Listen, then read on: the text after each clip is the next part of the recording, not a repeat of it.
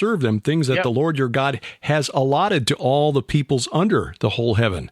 Right, exactly. And so now if you take this idea that the stars are somehow fixed to positions on the earth, and then you move that into northern Israel, the land of Canaan, the land of the Canaanites, the land of Lebanon, where they called themselves the which Phoenicians? One were they? The Phoenicians. Not the Phoenicians. Sidonians. What they called themselves. That's the Sidonians. The Sidonians. That's right. So the dog star, the idea of the dog there. There's all this kind of sky language that's going on there. And then you marry this to somehow Mount Hermon being this perfect latitude and longitude place where the watchers would choose to break between heaven and earth. And then you have what Judd's talked so much about this being also a gate down to the underworld. So you've got like portals that are going between the three realms on this very spot. Yeah. And you've got all weird heaven and earth imagery meeting together. And then these verses that you brought up, Derek, I mean, they're just hit spot on. That to me, what's going on is that God had given these nations over to these supernatural entities and put them in darkness. And that's the language of Matthew 4 there, that the light is going to shine in this darkness. And that he just so happens to choose this geographical place. It's not down in Jerusalem, it's up there in the land of Bashan. It's up there in the land of, all the way goes up. It really goes up to Sidon and Tyre. I mean, for whatever reason, he's beginning this ministry to the Gentiles, and he's beginning his reclamation program, not at the end of his ministry, but at the very beginning of his ministry. And like you said, then he goes back at the end of the transfiguration, and he says, "Here I am, come and get me." Mm-hmm. Yeah, it's all this stuff is it's just very significant to understand that there's much more going on here than just kind of a random picking. Well, he just happened to be born there, so I guess we'll start here or something like that. Yeah, Nazareth is not exactly right next to the Sea of Galilee. He had to make a conscious choice to go from there up to Capernaum. If you look at a map, especially when you're walking, and I don't think it's been drilled into us enough that the trip to Caesarea Philippi was a conscious decision too, because he had just come from Sidon, where he healed the Syrophoenician woman's daughter, and he went back to the region of the Sea of Galilee. Now, there's a road, the Via Maris, that it's further south, but there's a road that runs from Tyre to Damascus that runs right past Dan and Caesarea Philippi. And he could have just gone there. It's like, we're in the neighborhood. Let's just stop by here and do this thing. But instead, he went to the Sea of Galilee, which is 30 miles south. Now, I remember from my Boy Scout days, we didn't hike 30 miles in a day very often. I doubt that he and the disciples did either. It was a couple days travel down, and then he did a bunch of stuff, and then he went back specifically for the question, "Who do you say that I am?" So again, this wasn't something, as long as we're here, let's just stop over here at the, the pagan tourist trap and, put him on notice. He made a special trip there. And I've never heard anyone in church talk about this. It wasn't until Judd, until I heard you on the Dr. Future podcast talking about Caesarea Philippi. I was like, what? Yeah. You mentioned,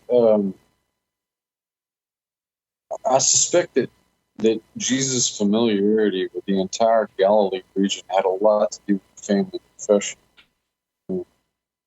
He would have worked with his dad on a number of projects. More than likely, the palace built at Sepphoris for Herod Antipas was probably amongst them. So, he was in his home territory. And it's like I used to tell my students, never underestimate the ambulatory nature of ancient peoples just because they don't have mopeds and electric cars.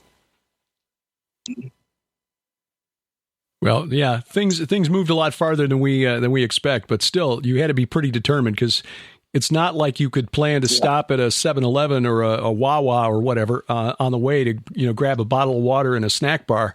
You had to plan when you were going to travel for a few days. Yeah. Do we have enough bread? Do we have enough water with us? Okay.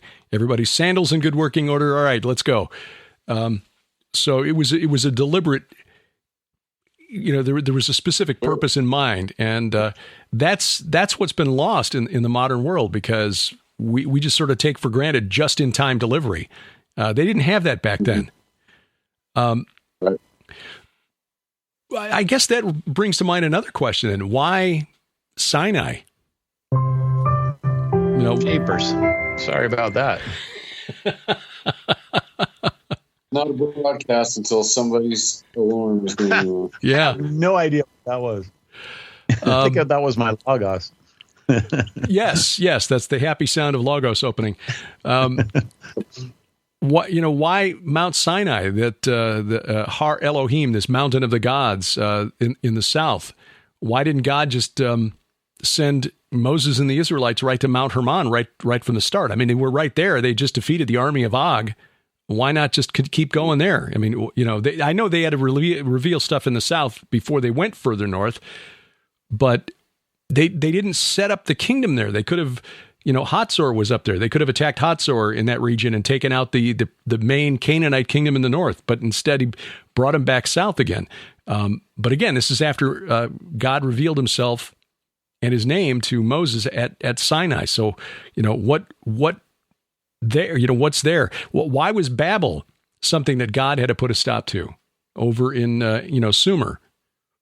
Again, I don't have answers to these questions. They are fascinating. It's really interesting to speculate, what was going on in these locations that required God's personal intervention, or that he directed his faithful followers to, attend to them. Again, let me give you a little bit of the total speculation, on my part, but it's something I've looked into a little bit, and it kind of touches on both of these places, and it goes back to Abraham. So I don't know if you guys have heard this or not. This comes from a study that I did on Islam a few years back, and I was reading a book from a fellow who wrote a book called Monotheism, and his basic thesis is that Allah was basically the moon god that was taken out of a pantheon and then exalted to the place of the Most High. Okay, so the moon god's name was Sin, S-I-N is how we usually pronounce it. And so the root of that, we find it in like the wilderness of Sin, right, or in Mount Sinai. And so just kind of a thought here, we know, and I think Jed and I were talking about this other night with Abraham, and he can speak more to this because he's done some good work on it. But, when we first meet Abraham in Genesis 11, you've got these family names, and several of these names are actually related to moon god worship. And so you come to Joshua 24, and it tells us that Terah was a worshiper of other Elohim, and somehow God took Terah and his family out, and they bring, the point was to bring them to Canaan, but they didn't do that. They stopped in Haran. And Haran is like this major Mecca center for moon god worship. Right, yes. Next to Ur, and Haran were the two main moon god worship centers in the ancient Near East. That's right. So what if that, your question first was about Sinai. What if there's something else God has to deal with first, which is dealing with a different deity over in Sinai? He's already dealt with the gods of Egypt, okay? So he's the 10 plagues of Egypt are dealing with different gods, is kind of the basic idea that I've run into. And he shows himself victorious over all of them. And then all of a sudden he brings them into the middle of the moon god desert. Yeah. Onto the top of this moon god mountain. And he says, no, this is my mountain. And then you got this weird language in like Psalm 68 that brings both Hermon and Sinai together. Like, why are you so envious, Hermon, at the place that I chose for my abode over here at Mount Sinai? That's really weird stuff. So what if God is doing something all the way back, even in the days of giving the law to Moses, that is dealing somehow with the moon god? And then the same idea could be true of Babel, especially if it's connected somehow to Ur, or, but that could certainly become something completely different in terms of different entity. But I'm just saying the idea of going from one place to another place to show himself being the God of all gods makes an awful lot of sense of kind of the places that he chose to take these people that just seem like, why are you doing this? So I don't know, Judd, you probably have a lot more to talk about than that, but.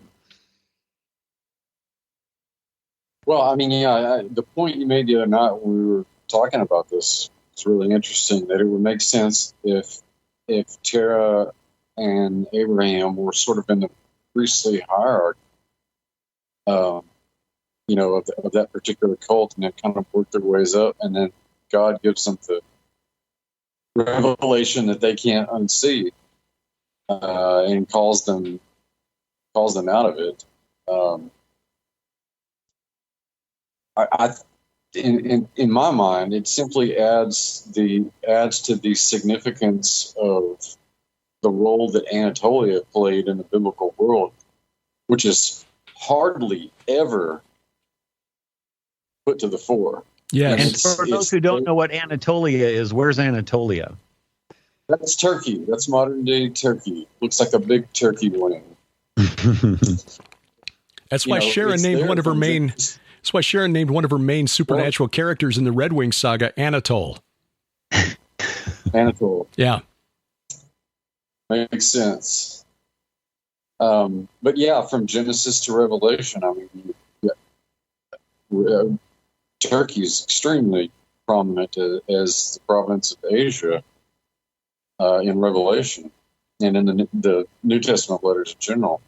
And any references to the Hittites and any myriad of city-states that existed there can be found throughout the Old Testament, as you guys know. But here's another side note for you. Here's another side note for you while you're talking about Turkey, and this deals in Revelation. There's good reason, I think, to believe that the 7 cities of Revelation, where the 7 churches were actually configured in such a way as to emulate the 7 sisters in heaven. So they actually put them as a mirror to one another. Really?